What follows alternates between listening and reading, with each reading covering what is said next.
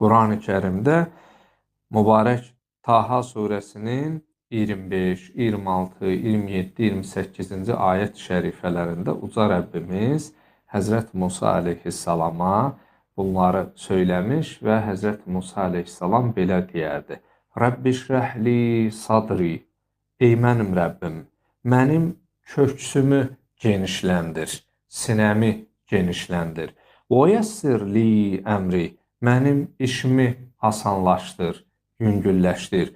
Vahlul uqdətən min lisani və dilimdəki dügünü aç. Yefqahu qavli, dilimdəki düyünü aç ki, sözümü insanlar yaxşı anlasın.